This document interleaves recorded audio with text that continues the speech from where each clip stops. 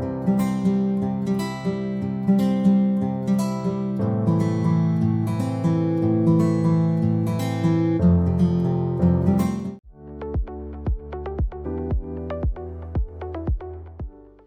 good morning and welcome to the Great Transition Senior Living Seminar Series. Today we are tackling the topic of wills, trusts, and probate. Oh my. As one of our educational partners mentioned earlier, he has his JD after his name. We're privileged to have someone else that has a JD after her name. This is not going to be a college class. So we're going to try and take the 30,000-foot view of wills, trusts, and probates to give you some information today, and hopefully you will find it helpful, so make sure that you take good notes. Just a little bit about Great Transitions. Great Transitions was founded in 2013 by Paul and Lynn Henderson. Many of you know Paul and Lynn. They helped to develop a system for working with homeowners that maybe had lived in their home for a long time. Maybe they were facing some health challenges. As we age, things get a little more hard to handle sometimes. And so Paul and Lynn created a great system, and the process takes a little longer, right? It can be 12 to 18 months. Sometimes it can be a couple of years before you're actually ready to downsize. And so we feel that it's really important to have someone to guide you through that process so that you're not alone. You don't have to navigate all the things alone. We genuinely believe that helping and guiding seniors is our greatest calling, and it's an honor and privilege to help and care for those who have helped us and cared for us for so long. Our objective with these seminars is simply to provide education. Our educational partners are on board with that. This is a no sales zone. We are not here to sell you anything, to get you to sign on the dotted line or anything like that. We're simply here to provide education and be a resource for you for the decisions that you have to make. And we want you to think about who's going to be tasked with making decisions for you when you're no longer able to do that, and will you agree with the decisions that they make? So we want to make sure that you create a plan so that your decisions are clearly outlined and that you share that with the people in your life that are going to help implement that plan for you. So with that said, we're going to dig into the meat of our seminar. We're going to get through some questions, and some of them are pretty detailed. We discussed them in our pre-seminar meeting, and so we're asking that you hold your questions till the end. Again, you feel free to write them on your seminar notes page. We'll come to you. The educational partners will come to you with a microphone because we want to make sure we pick it up on the audio so that the recording has your question. I found an interesting statistic. A recent poll showed that the majority of adults over the age of 50 do not have a legal or financial plan in place. And that's crucial. I lost my husband when he was 47 years old. And we didn't have a lot of plans in place. We had some, but anything can happen at any time. And so creating that plan is super important. Whether you decide to shelve that plan until you need it, but it's there when you need it, because it's not an if. We know that we always will need that plan. So I'd like to introduce to you our expert panelist today, Ms. Linda Solash-Reed. She is a board-certified elder law attorney, and I believe you were the first educational partner to sign on with the Great Transition Senior Living Series, way back in the day. So we've known Linda. She's been a friend of our organization for quite some time. Many of you know her, and we're really glad to have you here. She opened her own firm back in 2009 at a time when her parents and in-laws had all moved to Florida and her daughter was in high school. Her real-world experiences with people at all phases of their lives inspired her to focus her technical expertise on people experiencing their own journeys. Along her path, she became a certified financial planner practitioner and an accredited estate planner. as well as a Florida Bar Board Certified Specialist in Elder Law. That's a lot. That's a lot of initials. She lives in Winter Park with her husband Bob, and your favorite employee? Ruby. Ruby is a four-legged employee. She is. Okay, gotcha. Kim, she enjoys hiking, and Gladys, she enjoys travel. So there you go. You guys might be able, and Christina, she enjoys reading. So she's got some bases covered back in the back of the room, and you have a relatively new grand. I do, yes, but Beth made me swear I'm not going to spend the time showing pictures and talking about my grandson. He's 15 months, and of course he's the best, smartest 15-month-old. Right. Well, thank you. We're really glad you're here today, Linda. We're going to go through some questions, and you're going to tell our great audience your expound your knowledge upon these things. So let's start with some basic questions. Okay. Benefit of having an elder law attorney versus just a general attorney. What's the plus and minus there? I'm honestly going to say there isn't a minus unless you want me to help you with a DUI or something like that. Just like many professions, lawyers were particularly more specialized. You don't go to see your primary care physician to remove a brain tumor. So if you can find a general practice attorney, and there aren't many out there anymore, you wouldn't want that person to deal with the intricacies of a plan as you're aging, as you might be dealing with an illness, or just dealing with the questions we have about what we're doing on this path. I'm going to wish I could attribute this quote, but another elder law attorney said that the hallmark of being an elder law attorney is that we take a holistic view of the client's life, family dynamics, and needs so we can create a lasting, workable plan. And I stole that clearly because that really does say it all. Okay, great, thank you. So let's dive in. And I was actually having this conversation in the office yesterday. What documents are needed while we're alive and thriving, including anything that might be needed to sell a home? So, like, is there a short list of things that we need to focus on? Absolutely. If you've heard me before, well, thank you for coming back if you've heard me before. I appreciate that. The durable power of attorney is the single most important document that all adults need if you are 18 and up. So this is not just for those of us who are older. Once you're 18, you're a legal adult and you need a durable power of attorney. That is something that during your lifetime, you give somebody else the authority to deal with the business of your life.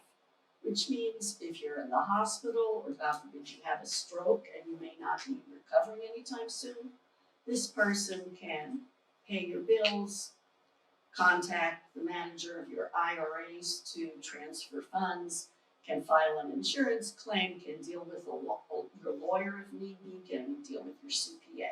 Critical. While you're alive, the next important set of documents relates to health care. Who is going to be your decision maker if you're incapacitated? Who can speak to your medical providers? Because without a privacy or HIPAA release, even beloved family members aren't going to get any bit of information. And then there's some very tricky decisions as we deal with illness, particularly end-of-life decisions. You need to specify that in writing and also have conversations with your family, but you need to put your wishes in writing. A lot of the planning I do is a negative so that your family will never have to go to court to have a guardian appointed to handle those matters for you if you're incapacitated. But because lawyers like belts and suspenders and everything we do, we have you put in writing, just in case a guardian needs to be appointed, who's going to be appointed. As part of your plan, you might decide to let's say you have a vacation home. Let's say you want to ensure that it goes to your family members at your death easily. Let's say you might even want it to go to your favorite charity.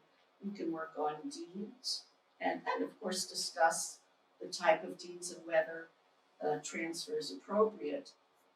And then we get to the two documents that most people think about when you talk about estate planning. And those are the documents that say, well, who's going to get what when I'm gone? Whether it's a little or a lot, you want to specify where it goes, how it goes, when it goes, and that can be done through a will or a revocable living trust. So that's a bunch of that. That is, it's a long list. And I think from personal experience, you walked through all these documents with my parents and were able to tailor just the ones that they needed. Sure. And I think that's super helpful because what do we say a lot? It Depends. So let's dive into these a little bit. The difference between a healthcare surrogate and a power of attorney or a medical power of attorney, do I need both? Are there any specific powers of attorney that we need to have? And one question that comes up a lot are maybe some dementia-specific provisions. How do we order the people that are on that power of attorney? Okay. That sort of, let's break that down. Okay, so there is a difference between a healthcare surrogate and a power of attorney for healthcare or a medical power of attorney. Medical powers of attorney, that tends to be a name given to what we call a healthcare surrogate in Florida in other states. Because as if laws aren't confusing enough, in all 50 states, there are probably 50 variations on a name for the same document. So, and yes, you definitely need both the healthcare side and the other paperwork side covered. Now, it is at times hard to figure out who to name, but let me address the dementia question. The powers of attorney that you get as part of your every plan that walks out of my office is a durable power of attorney. The durable means that it is effective now and it is effective, its duration lasts in terms of incapacity. So if you sign a durable power of attorney today and then 3 years down the road you have a severe cognitive impairment, that power of attorney is still valid. So that's also why it's very important to pick the right people. To start off with, I say, okay, we don't think of a role in the family, let's say, my eldest child. That's not the way to pick who does anything for you. It's more like for a durable power of attorney, I say who amongst your trusted family and friends is detail-oriented, can follow a checklist. You know, people don't need any particular legal or financial expertise to serve under a power of attorney, but they do need to be able to focus on detail, that type of thing. So that might eliminate a lovely but, shall we say, scatterbrained friend. We don't want them to be named on your power of attorney. So, do you want me to talk about how we find people in the absence of family and friends? Well, yeah, that was actually my next question. Okay. And you know, maybe there's one trusted family friend, maybe there's no trusted family or friend. What do we do then? That is, not surprisingly, one of the tougher issues that come up in my office.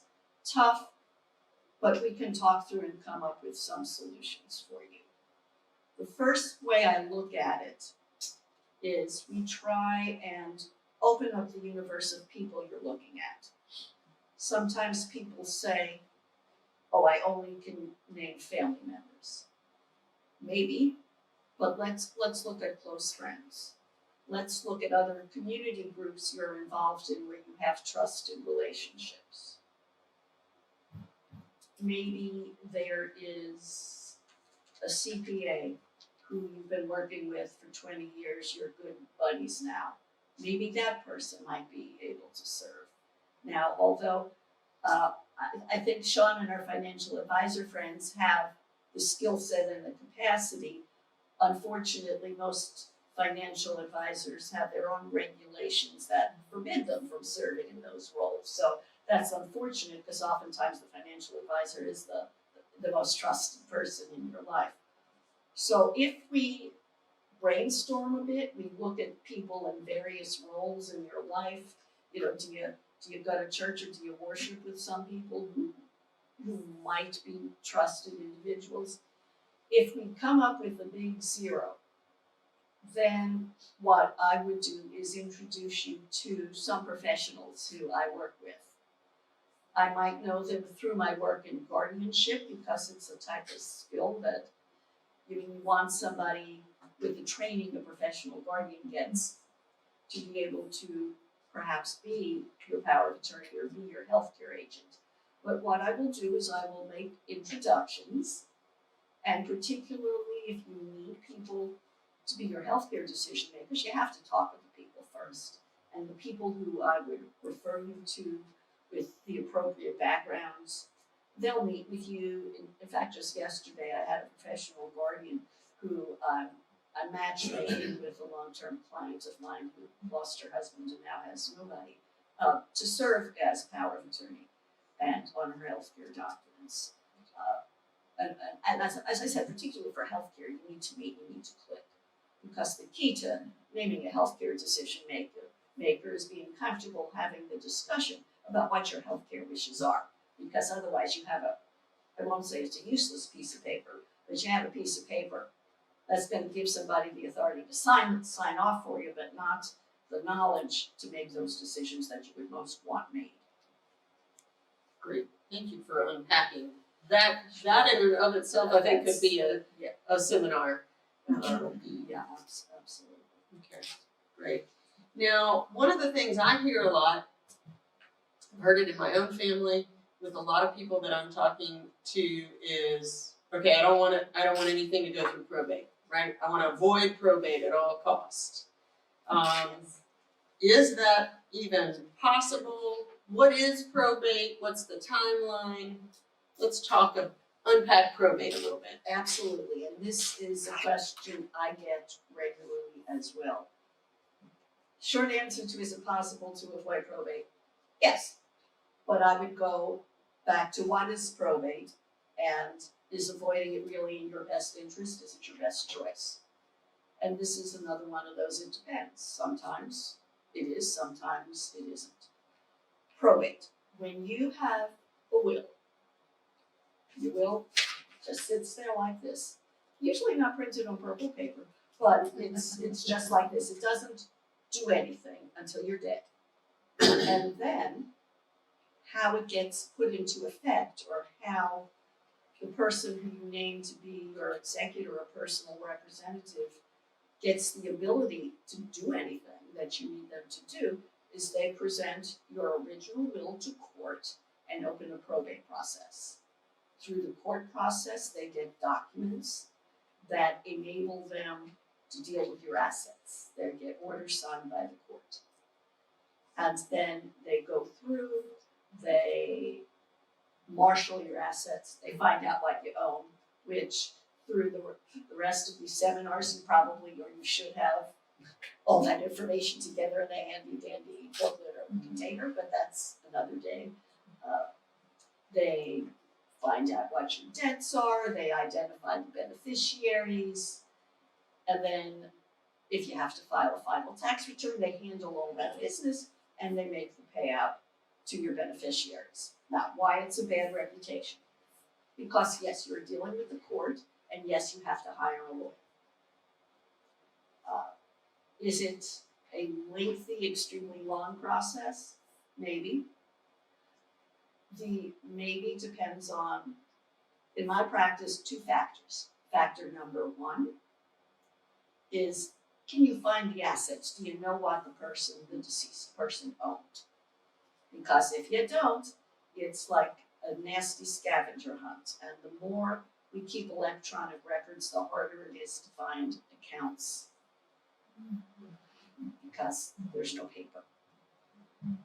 The other thing that makes probates long and stressful, I mean, I know this is going to surprise you, but it's family members and people who may not get along, or cooperate even when it is in their best interest financially to do so. See, so many other topics that could be their whole stories, people who act against their own self-interest.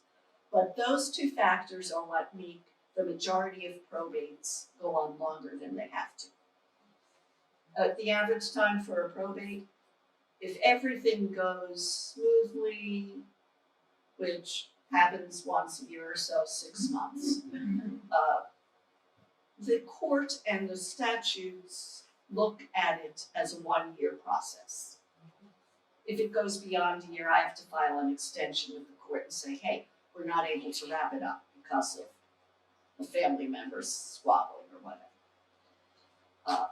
And part of that timeline means that we're dealing with creditors. We're publishing a notice to creditors. If we do that properly, that means that anybody who might have had a claim against the decedent can come back actually when the process is over.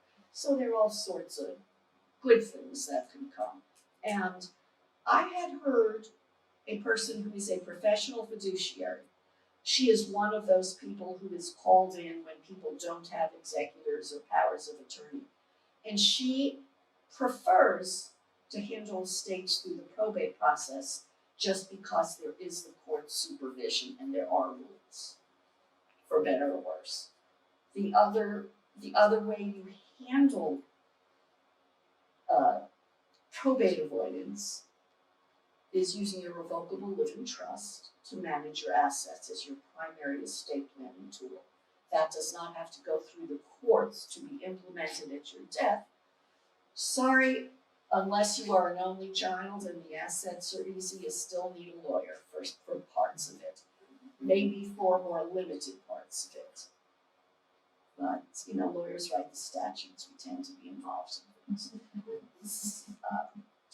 But not all assets are proper to transfer into the trust. Primary amongst those assets are qualified plans, retirement accounts. So, should you have a revocable living trust? Perhaps.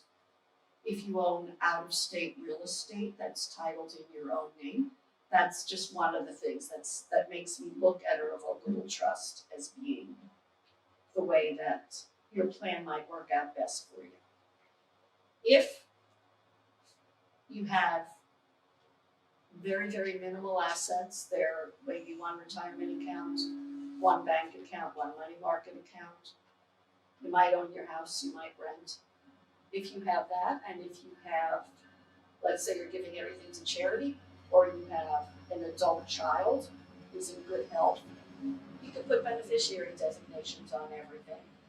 And in that way, there need not be a probate process to pass your assets, because probate, anything passes through your will, means that there isn't a beneficiary listed on it. If I have a bank account and my beloved Bob is my beneficiary, then Bob doesn't have to have a probate when I die, but he says, here, I'm named as beneficiary, the bank gives him the money. So, whether that works for you, again, who are your family members? How? If you have one child, but that child can't manage money, or that child has an addiction or a mental health issue, you don't want them getting their money immediately in a lump sum. You want it managed for them. So probate or some type of management might not be bad. And when it comes down to it, it's your choice. I view my job as going through this whole song and dance about the pluses, the minuses, looking at your family, looking at your assets, and saying, typically these are two ways we can go. You decide what's most important to you. And I think what I hear you saying is making that decision and having the documents in place is probably the single most important thing to simplifying the process if it's needed. Absolutely. Doing a will or a trust right will help. And if you've had one done recently in another state, Then it's good to have it just eyeballed to make sure that you have the proper number of witnesses, you have the notary in the right place, that. And also something came up this week, a snowbird couple, they switched and they're now permanent in Florida. Well, they name a non-Florida resident as their personal representative. In Florida, if you want to name a personal representative out of state, they have to be related to you. So, okay. so things like that Good to know. may not be obvious on a well-drafted document, but Sure. you need to eyeball it here. Okay, great, thank you. That was a lot to unpack in that question. So let's say we get all of our documents drawn up. Is there a limit to how many times I can make changes to those documents, and how often should I review? Like, I've got a will, how often do I need to be reviewing that? Okay. I'm not gonna make a greedy lawyer joke. You can update your documents as often as you would like, as long as you have capacity, as long as you have the cognitive ability to express your wishes to me. We try, and for every role you're specifying, we try and have at least a primary and a backup. If you have more backups, if you're blessed with trustworthy family and friends, we try and make the documents last through, the first person moving out of the country, things like that, so that if there's changing personnel in your life, you don't necessarily have to come back and change your documents. But that said, sometimes there are changes that happen. New babies. This is one of the triggers that no, you don't have to be a certain age to come to me. I do estate planning and wills for young families, and it's always fun to do the first estate plan for a family when they have a new child. So having a new child, a new grandbaby, some change in your family situation is one of those hints that you might want to look at your plan. If you're facing retirement, not only do you need to update your financial plan, but that would be a good time to look at your estate plan.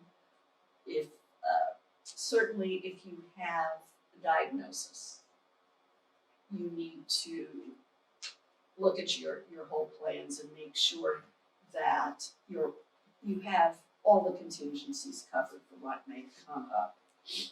The general rule when people ask me, I say it's a good idea not to see me every year, although I'd love to, but to just pull out your documents. We provide a summary of the key people. Just look at that summary or whatever the equivalent is in your plan, just to refresh your memory and to remind yourself who they are. And if everybody's fine and you're cool with the way your plan looks, move on. But if you do it once a year, you're not gonna come to me and realize, oh my gosh, everybody I named either predeceased me or left town. What's happened? Come to see your attorney 3 to 5 years, just for a more in-depth review of what you have. And at that point, if you weren't notified of tax changes and things, maybe just see if there's anything new and exciting in the world of tax laws and things or retirement plan distributions that might affect you.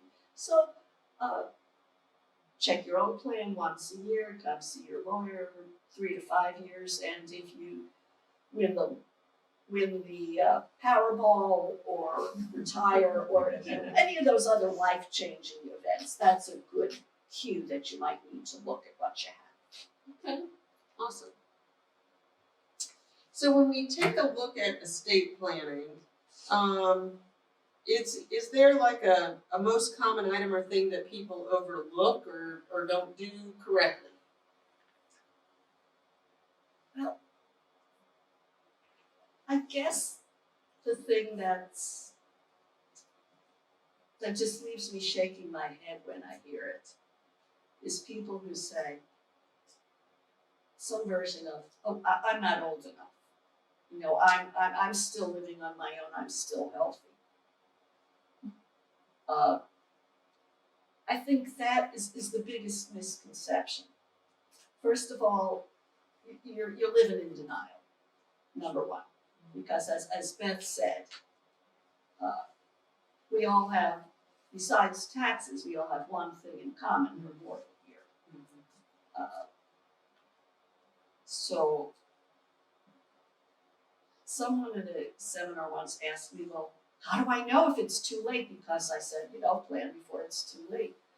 And my smart aleck answer then is the same one I'm going to tell you now, and it's true, is that, well, all I can tell you for sure is that today, right now, it's not too late. At least except for the gentleman sleeping in the back, I'm not sure. But besides that, we don't know. We just don't know when it's too late. And when I said for the power of attorney, starting at age 18, and I mean that I'm absolutely committed that 18-year-olds have powers of attorney and healthcare documents, if not for their own sake, but for their parents' sake. So really, today's the day. Yeah. Okay, gotcha. I'll be making a call later.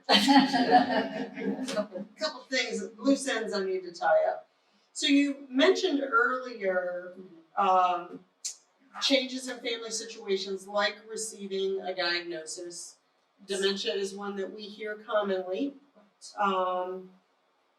If someone is suffering from dementia, are they able to sign updates and revisions? And then, so that's one aspect. And then maybe special needs children, to kind of look at how that is handled as well.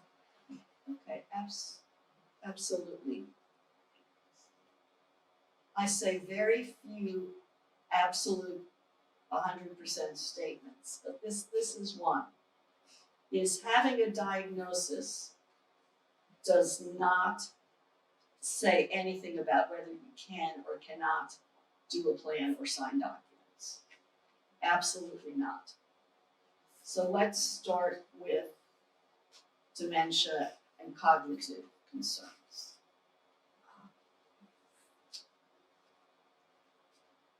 This is one of the many tricky areas that's a whole lot easier to talk about here than put into place in practice.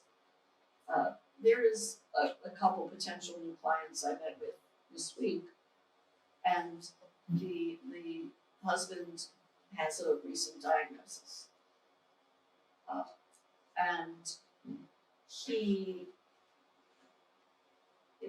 repeated himself, but I had absolutely no hesitancy in saying this is a person who knows would understand what he's signing and who would be able to sign.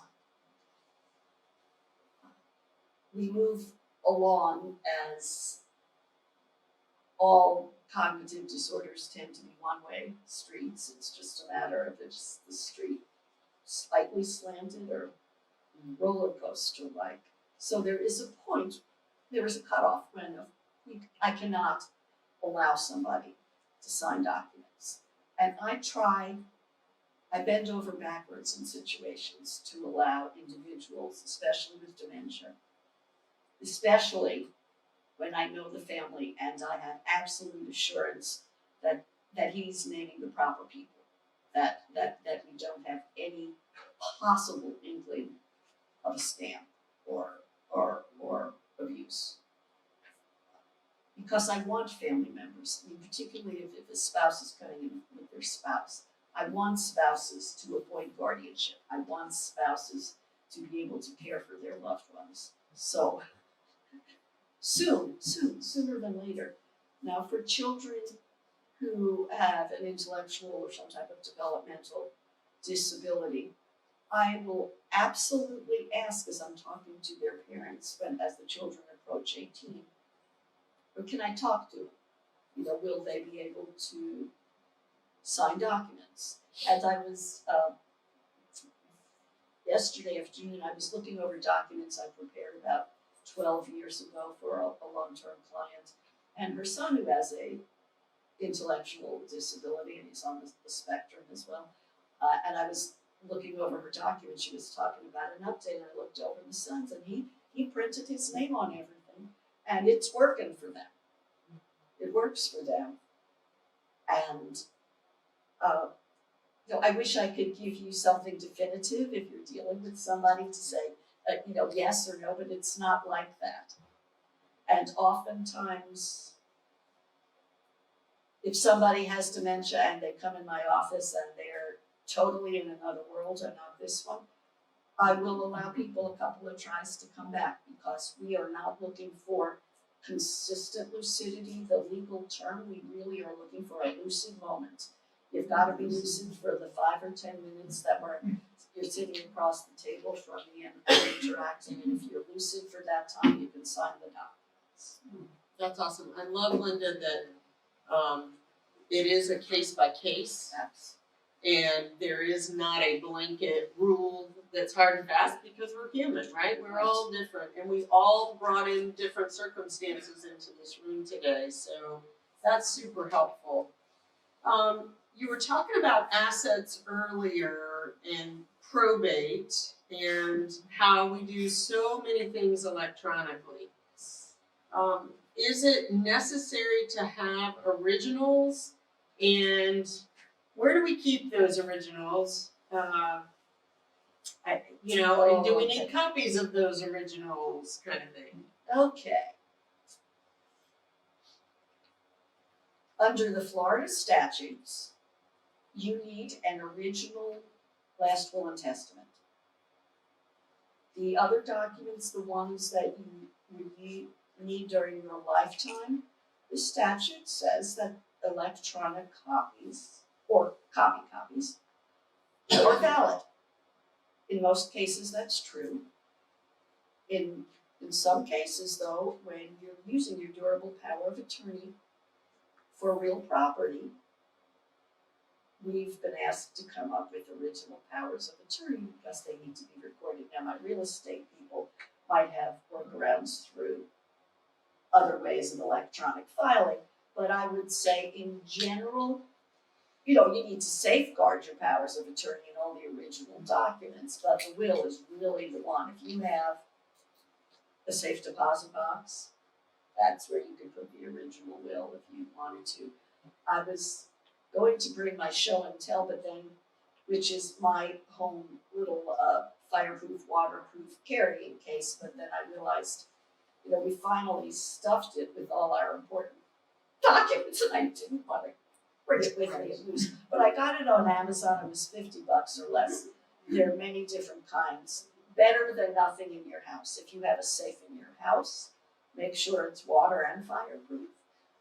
And it's also grab and go size. So besides my original plan documents, we've got our passports, that type of thing. Do that. If you have a trust-based plan, you don't necessarily, I can't think of a situation when you would need an original trust, except if there's a family member that might be raising issues. You might want a trust in case. On our side, we only keep electronic copies of the documents that our clients execute, and we give them paper originals, paper copies, and electronic copies. That helps. Yes, certainly. Some of you were at our seminar last year when we had Heather from Life in a Box here. She talked about the Go book. We worked on that in our Downsizers Club meeting also. That's one of my goals for 2024 is to get that Go book ready, and copies of everything can go in there. You mentioned a safe deposit box. Somebody needs to be on that box with you and know where the key is. as well. If you, Exactly, that's the caveat for the safe deposit box, is to have a trusted co-owner who can access it. right. Okay, well, let's shift gears a little bit and talk about long-term care insurance. We have some people in the room that have long-term care insurance. We may have some people that are looking for long-term care insurance. How can an elder law attorney help with that? And what are some questions? If I haven't purchased it yet, now we know that as we age, it gets harder to purchase it once we reach a certain point. But what questions should we be asking around long-term care insurance, and how can you weigh in on that? Well, what I typically do in planning meetings and consults is to ask the question, do you have long-term care insurance? And then just give a little overview of the ways to pay for long-term care. And if people are open, I suggest they consider it, or at least make it a part of their educational process to learn what's out there. What I can do besides that is refer to trusted professionals like Sean in the back, people who I know will give you the good information, not oversell you, but lay out your options for you as what type of insurance there is. And if you shopped for insurance decades ago, there are different and new products, so I would suggest to people that they take a look. Now, if you get a proposal for a long-term care policy of sorts, I am comfortable when elder law attorneys could look at the policy, look at the options, and just go over them with you. Like with everything we're discussing, your concerns are your concerns. So there isn't one type or one clause in the policy that I would recommend. It's what would meet your needs and allow you to sleep at night. Although I do tend to, if there's anything that can have an inflation rider on it, I do like those if that's appropriate for the type of policy you're looking at. But and if you have a policy and you're wondering if you can start using it for in-home care or whatever, I can look at it, and if a policy baffles me because reading long-term care policies is not the favorite part of my practice. I have my own advisors who will, guide me through what I need to look for if I'm stuck by something. And I think that's super helpful for someone that already has long-term care insurance and they're considering Mayflower or Village on the Green or Allegro or Watercrest. They need to know how that's going to benefit them once they move in to a community. Exactly. Or if they're staying in their home, same thing. Okay, awesome. Those policies, I have been looking at long-term care insurance recently. It's a lot to take in and try to absorb, and so it's really super important, I think, to have somebody that can help you walk through some of that stuff. Couple of other questions.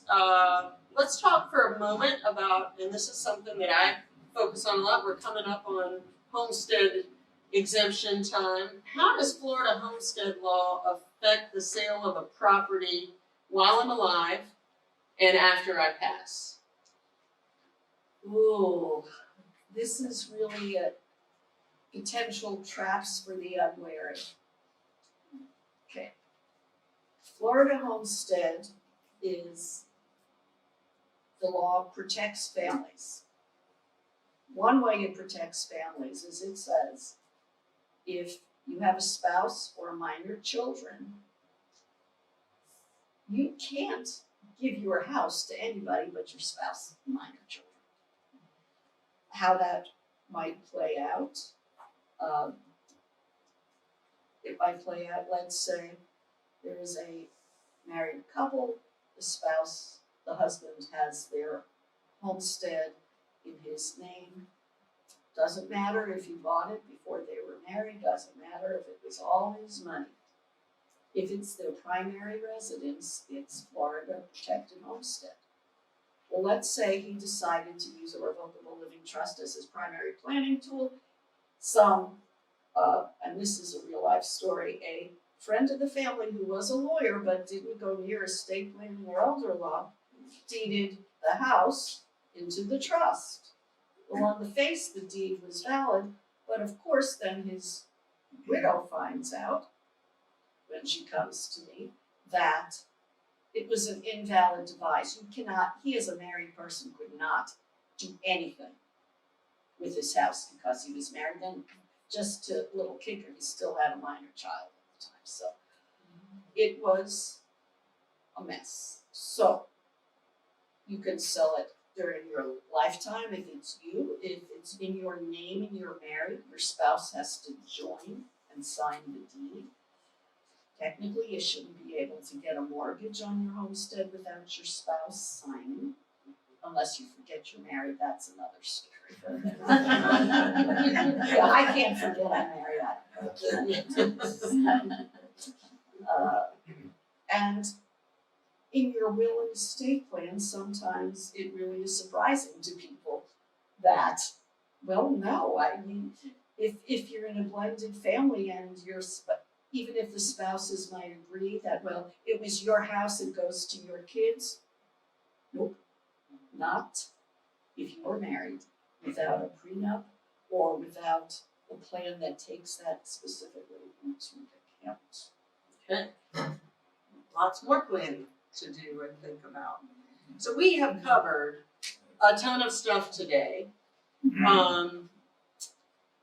Just maybe a short list of your top tips when it comes to estate planning, and then once we go through that, we'll open it up for questions because I got a feeling we're going to have a couple.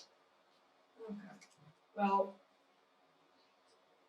first thing you all need to do, the estate planning tip, is get yourself some noise canceling headphones. And you tune out the internal shoulds because they don't exist. Your plan is yours, there are no shoulds involved. And the other thing you tune out is external. Do not get yourself worked up because somebody's cousin's aunt had to probate something and she went broke and it took 10 years. Don't listen that everybody needs a trust or everybody needs a will or everybody needs this or you need to do that. It's like the game of telephone we played as children. It starts out that somewhere down the road there was a true statement.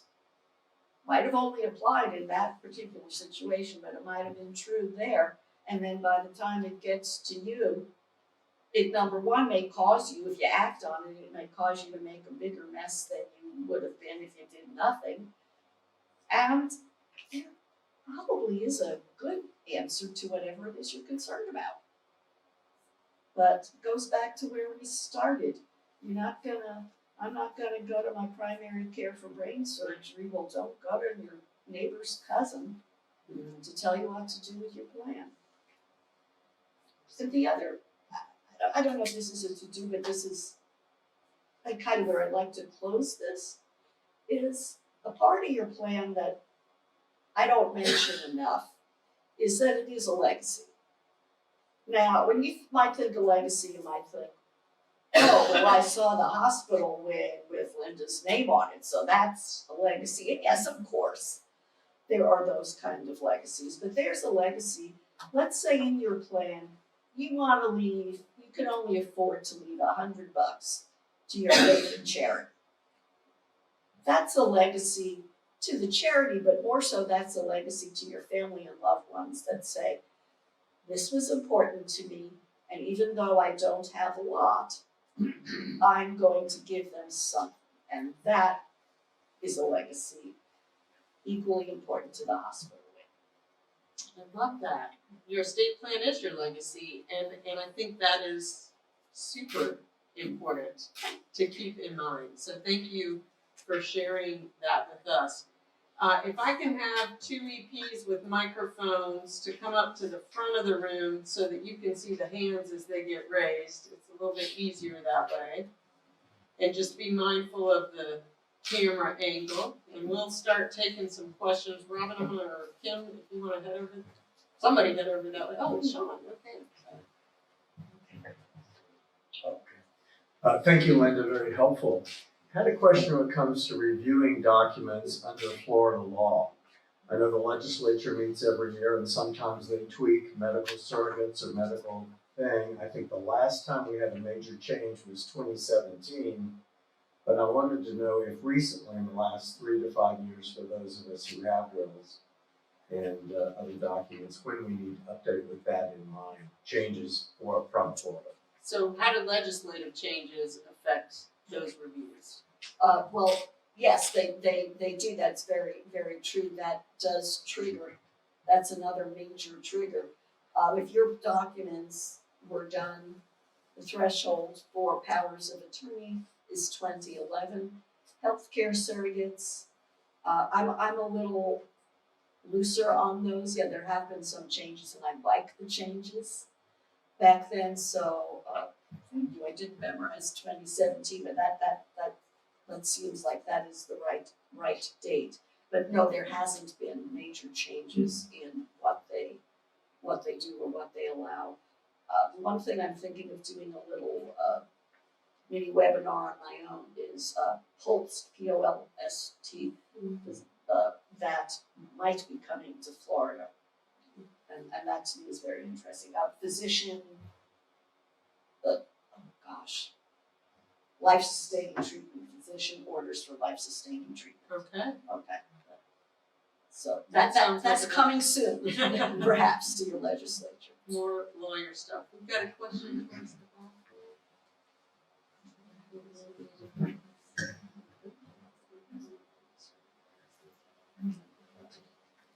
Well, thank you for all this great information that you're giving us, but it made me think, like, a neighbor of mine passed and he was a widower and they had no children and he had no family that they know of. So what happens to a person like that when they pass and they get carried off to the morgue or whatever? Who is it and what authority do they have to come into that person's home and look through their stuff and try to figure out what to do with all their assets? Ooh, that's a good question. That's a good one, and that's a tough one. When I said I'd answer questions, I didn't mean you could stump me. Well, the easy answer to that is if you're a widow with no family, if he had a will, then you don't need to name or a relative. You could name a friend, or sometimes even a charity can be named as the executor of your estate. But if there's absolutely, if there's nobody, legally speaking, a creditor can open a probate, any interested party can open a probate. But I honestly don't know that one. If there's absolutely nobody looking at things. I have air search companies, and I'm for the first time had to retain an air search company. What is an air search company? Air, I, or air, yeah, not hair, air. Yeah, to find, because this was a person who was in a guardianship, professional guardian. We have assets and we have nobody to give them to. Wow. So, if somebody was involved and got a lawyer involved or even a financial advisor, they could hire that search company. And if it came to me, that's what I would do, because you would have to find out, you go up and out the family tree and there may be some, great cousins out somewhere. Gotcha. Wow. Yeah. I think we had a question over. Bob? Regarding long-term care, is there a certain age where it's just no longer feasible either because the insurance company won't sell it to you, or it's just so expensive, it's just not even feasible. I'm gonna ask Sean to just. 75. Sean, Sorry, 75 is typically the age that insurance companies cut off. That's just an actuarial number for them. Okay. The longer you wait, obviously the more you may need to invest in it to create the pool that you need or want. So earlier is always better.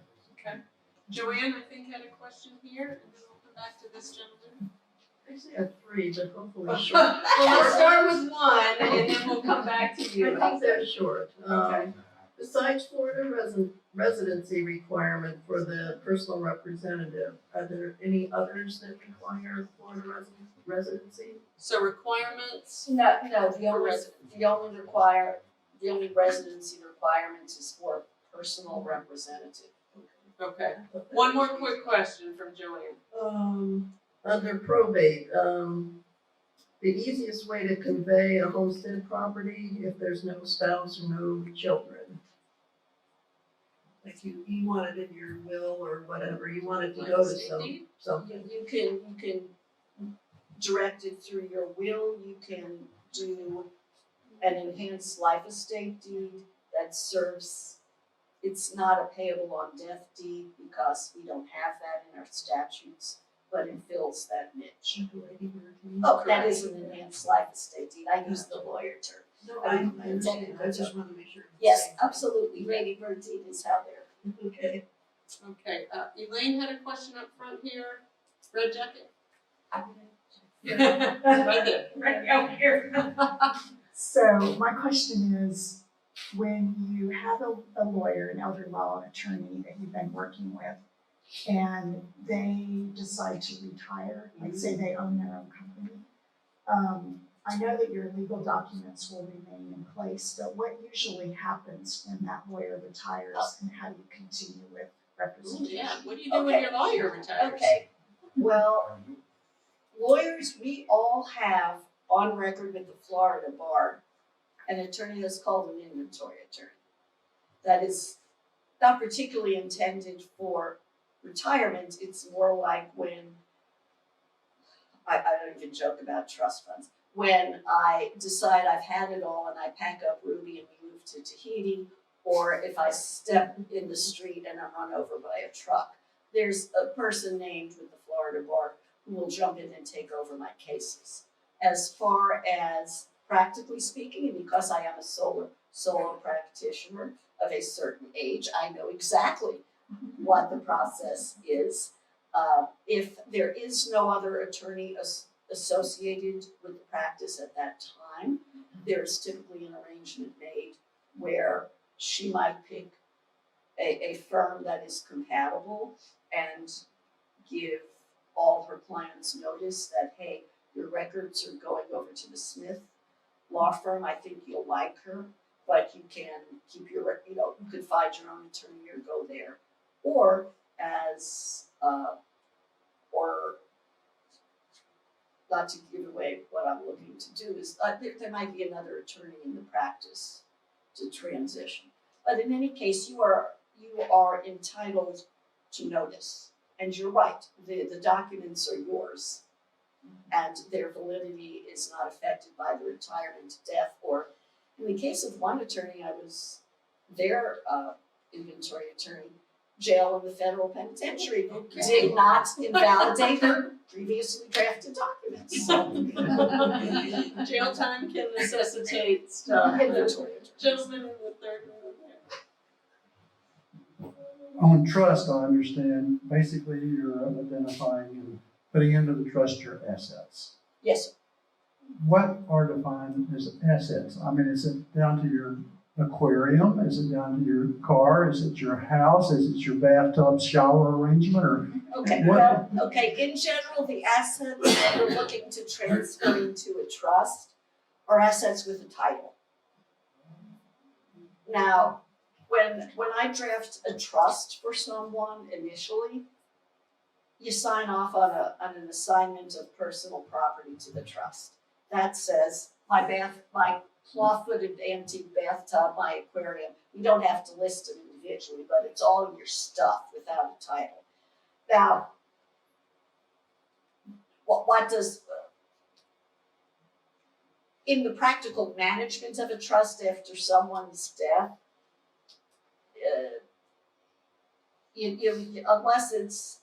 unless it is an antique clawfoot that has some value, we don't usually have a whole lot of problems distributing those type of assets. When we talk about transferring assets to the trust, I want to look at your bank accounts, your real estate, and we look at the homestead a little differently, but other real estate for sure. If you have an interest in an LLC, we assign that.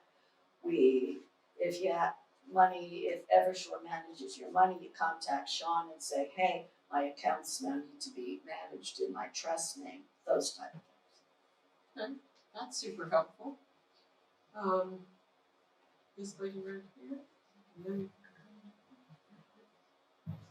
As a married couple, how is a will normally put out? Both of us agreed on everything, but in the event that one would die, naturally it would take over with the surviving partner.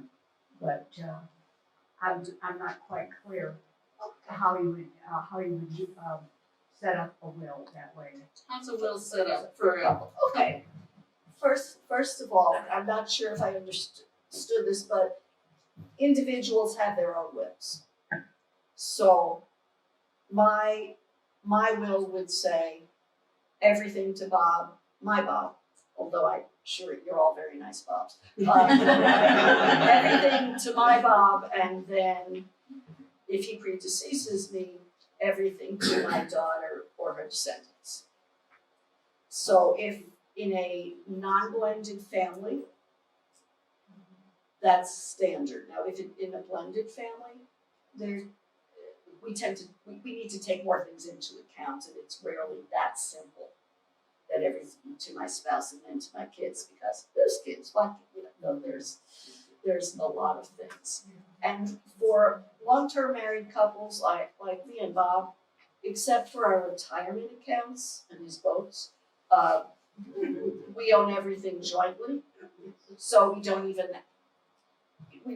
wouldn't even think of a probate until the second death. All right. I think we had a question here, and then one in the front row. Your heirs search made me think of this. Is there something out there that is an asset search? And the reason I ask is we have an elderly aunt, orphan, who designated me as her executor unknowing until after she died. How could I make sure that everything she had in assets was found, because all we had was searching through her house and papers? Oh, good grief. Is Yes. there an asset search Yes. to know what you might be missing? So, which reminds me of something I didn't say in this whole thing, is that if you're naming people, it's kind of good form to get their permission, so at least they know. That doesn't necessarily mean they'll be able to serve when the time comes, but it's kind of, it puts you in a better place if you know. There was a company called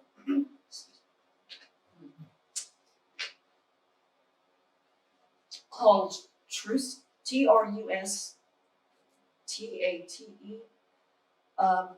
And I used them last year, and then they changed their terms, at least for attorneys, where I could no longer use them. I think they might have changed that.